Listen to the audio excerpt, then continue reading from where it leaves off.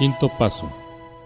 Admitimos ante Dios, ante nosotros mismos y ante otro ser humano la naturaleza exacta de nuestros defectos. En todos los 12 pasos de Alcohólicos Anónimos se nos pide ir en contra de nuestros deseos naturales. En todos nos desinflan el ego. En lo que respecta a desafiar el ego, pocos pasos son tan difíciles de practicar como el quinto, pero casi ninguno de los otros es tan necesario como este para lograr la sobriedad duradera y la tranquilidad espiritual. La experiencia de Alcohólicos Anónimos nos ha enseñado que no podemos vivir solo con nuestros problemas apremiantes y con los defectos de carácter que los causan o que los agravan. Si hemos iluminado el curso de nuestras vidas con el fanal del cuarto paso y hemos visto en relieve esos incidentes que preferimos no recordar, y si llegamos a comprender cuánto daño nos han causado a nosotros y a los demás esa manera de pensar y de actuar equivocada, entonces necesitamos más urgentemente que nunca dejar de vivir solos con esos fantasmas atormentadores del ayer. Tenemos que hablar de ello con alguien. Sin embargo, nuestro temor y nuestra renuencia a hacerlo son tales que al principio muchos alcohólicos anónimos tratan de saltar el quinto paso. Buscamos un método más fácil, que generalmente consiste en la admisión general y poco dolorosa de que, cuando bebíamos, éramos muy malos actores. Para redondear la admisión, añadimos descripciones dramáticas de episodios de nuestras borracheras, probablemente ya conocidas de nuestros amigos. Pero nunca decimos nada de lo que realmente nos molesta, produce escozor. Pensamos que no debemos compartir ciertos recuerdos penosos o humillantes. Estos los debemos guardar en secreto. Nadie debe enterarse de ellos. Esperamos llevárnoslos a la tumba. Sin embargo, si se ha de tomar en cuenta la experiencia de Alcohólicos Anónimos, esta no solamente resulta una actitud imprudente, sino peligrosa. De las actitudes confusas, es esta una de las que más dificultades nos causa para la práctica del quinto paso. Algunos no logran ninguna sobriedad y otros recaen periódicamente hasta que pueden decir sus secretos. Hasta algunos de los veteranos de Alcohólicos Anónimos, que ya han estado sobrios por años, suelen pagar caro su descuido de este paso. Nos dirán cómo trataron de llevar la carga solos, cuánto sufrieron con su irritabilidad, ansiedad, remordimiento y depresión, y cómo, buscando inconscientemente alivio, acusaban a sus mejores amigos de aquellos mismos defectos de carácter que ellos trataban de ocultar. Siempre llegaban a la conclusión de que no se consigue ningún alivio confesando los pecados de otros. Todos tuvieron que confesar los propios. Este sistema de admitir nuestros defectos ante otra persona es desde luego muy antiguo.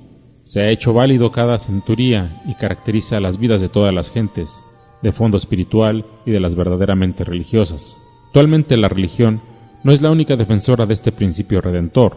Los psicólogos y los psiquiatras señalan la necesidad imperiosa que tiene todo ser humano de la percepción de su propia personalidad y del conocimiento de las fallas de ésta para poder discutirlo con una persona comprensiva y de confianza.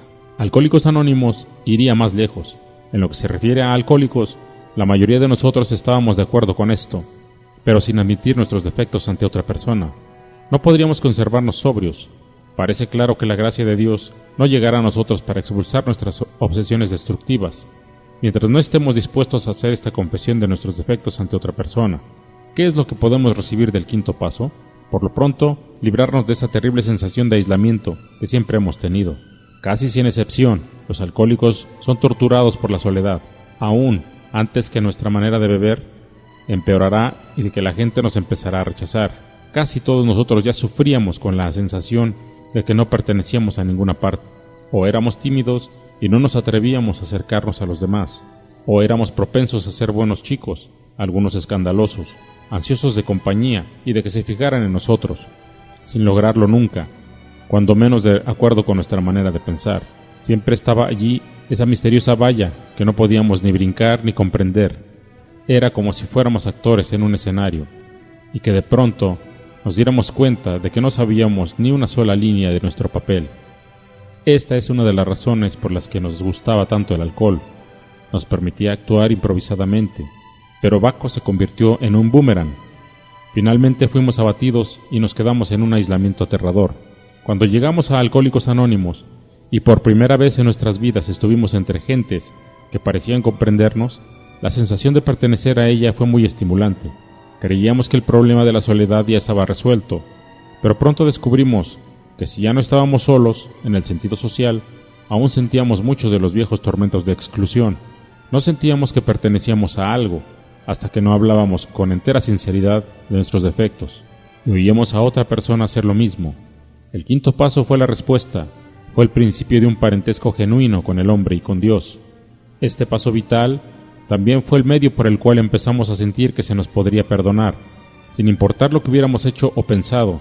Frecuentemente sucedió, cuando trabajábamos en este paso, con nuestros padrinos o nuestros consejeros espirituales que, por primera vez, nos sentimos verdaderamente capaces de perdonar a otros, sin importar la profunda convicción que teníamos de que nos habían hecho daño. Nuestro inventario moral nos había convencido de que era conveniente perdonarlo todo, pero solo fue hasta que abordamos resueltamente el quinto paso cuando supimos que podríamos recibir y otorgar perdón. Otro bien que podemos esperar como resultado de la admisión de nuestros defectos ante otro ser humano es la humildad, palabra frecuentemente mal interpretada. Para los que han hecho progresos en Alcohólicos Anónimos, significa el reconocimiento total de qué y quiénes somos en realidad, seguido por un esfuerzo sincero de llegar a lo que podríamos ser. Por consiguiente, nuestro primer movimiento práctico hacia el logro de la humildad deberá consistir en el reconocimiento de nuestras faltas. Ningún defecto podrá corregirse si no vemos con claridad en qué consiste. Pero tendremos que hacer algo más que ver. El objetivo que nosotros logramos en el cuarto paso fue, después de todo, solamente un vistazo. Todos miramos, por ejemplo, que nos faltaba honradez y tolerancia, que a veces nos acosaba la lástima por nosotros mismos, o los delirios de grandeza. Pero aunque esta experiencia fue humillante, no quiere decir necesariamente que hubiéramos adquirido humildad verdadera. Aunque ya habíamos reconocido nuestros defectos, todavía estaban allí. Algo tenía que hacerse a este respecto, y pronto descubrimos que aunque estuviéramos dispuestos a librarnos de ellos, nosotros solos no podríamos eliminarlos. Las principales ganancias que obtenemos bajo la influencia del quinto paso son mayor realismo y, por consiguiente, más honradez para con nosotros mismos. Al hacer el inventario, empezamos a sospechar que el habernos estado engañando nos había ocasionado muchas dificultades. Si casi toda la vida nos habíamos engañado más o menos, ¿cómo podríamos estar seguros de que no lo seguíamos haciendo? ¿Cómo podíamos estar seguros de que habíamos catalogado con certeza nuestros defectos y de que los habíamos admitido con realidad ante nosotros mismos? ¿Cómo estábamos todavía obstaculizados por el miedo, la compasión y los resentimientos para con nosotros? Es probable que no hubiéramos podido juzgarnos con imparcialidad.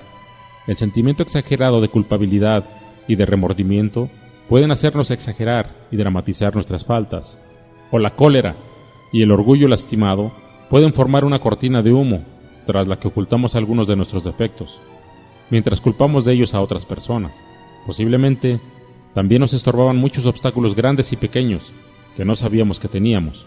Allí se nos hizo evidente que no sería suficiente un autoavalúo solitario y la admisión de las faltas basadas en eso únicamente. Necesitaríamos ayuda de fuera, la ayuda de Dios y la de otro ser humano, para con entera certeza averiguar y admitir la verdad acerca de nosotros mismos, solamente ventilando nuestras vidas sin retener nada, solamente estando dispuestos a recibir consejos y a aceptar ser dirigidos. Podremos ir por el camino de la debida manera de pensar, de la honradez sólida y de la humildad genuina. A pesar de todo, muchos de nosotros nos quedamos atrás. Decíamos, ¿por qué ese Dios, tal como cada quien lo concibe, no nos dice dónde está nuestro error? Si en primer lugar el Creador fue quien nos dio nuestras vidas, Él debe saber al detalle nuestras equivocaciones. ¿Por qué no hacemos esas admisiones directamente ante Él? ¿Para qué necesitamos incluir a otras personas en esto? En esta etapa, las dificultades que se presentan al procurar que nuestro trato con Dios sea el debido son dobles. Aunque al principio nos sorprendemos de que Dios sepa todo lo que se relaciona con nosotros, pronto nos acostumbramos a ello. ¿Quién sabe por qué? El encontrarnos solos con Dios no nos parece tan embarazoso como enfrentarnos a otra persona.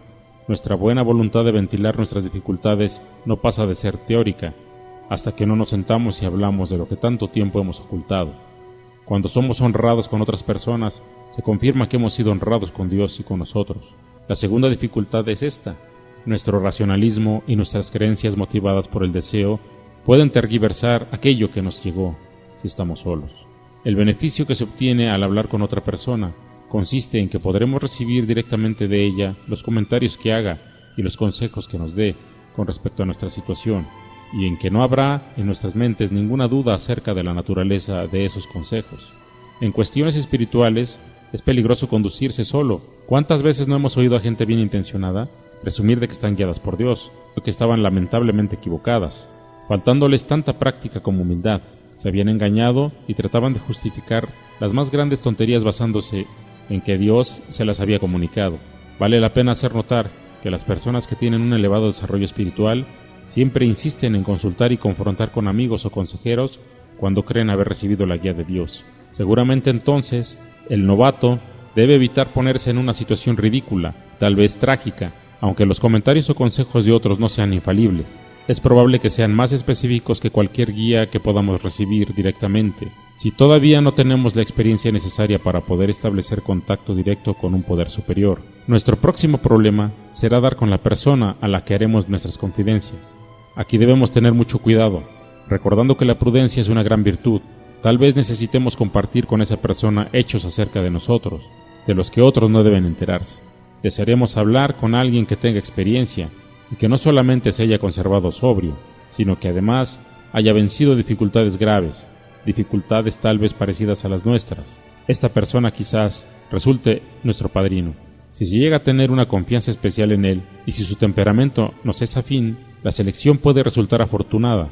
Además, habrá la ventaja de que el padrino ya estará enterado del caso del ahijado. Tal vez la relación que exista con él sea de tal índole que se preferirá revelarle solamente parte de nuestro historial. Si este es el caso, debe empezarse, aunque sea en esas condiciones, porque es muy importante comenzar esta tarea lo más pronto posible. Puede suceder que se escoja a otra persona para la parte más difícil de las revelaciones. Esta persona puede estar desligada completamente de Alcohólicos Anónimos, por ejemplo, nuestro confesor o nuestro médico.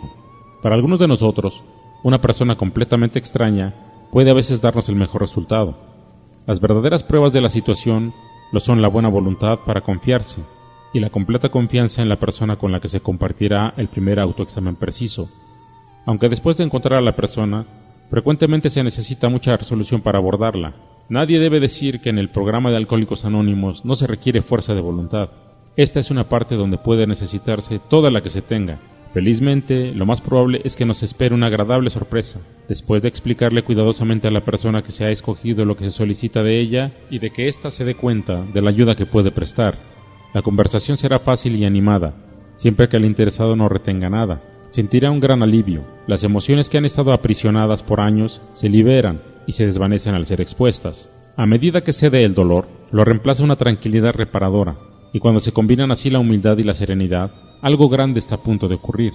Más de un alcohólico anónimo ha sido agnóstico o ateo. Nos ha dicho que fue en esta etapa del quinto paso cuando por primera vez sintió la presencia de Dios, y hasta esos que ya tenían fe frecuentemente estuvieron conscientes de la presencia de Dios como nunca antes la habían sentido. Este sentimiento de ser uno con Dios y con el hombre, este surgimiento del aislamiento a través del honrado compartimiento de nuestra terrible carga de culpabilidad, nos conduce a un estado de tranquilidad en el que podemos prepararnos para dar los siguientes pasos y lograr la sobriedad plena y significativa.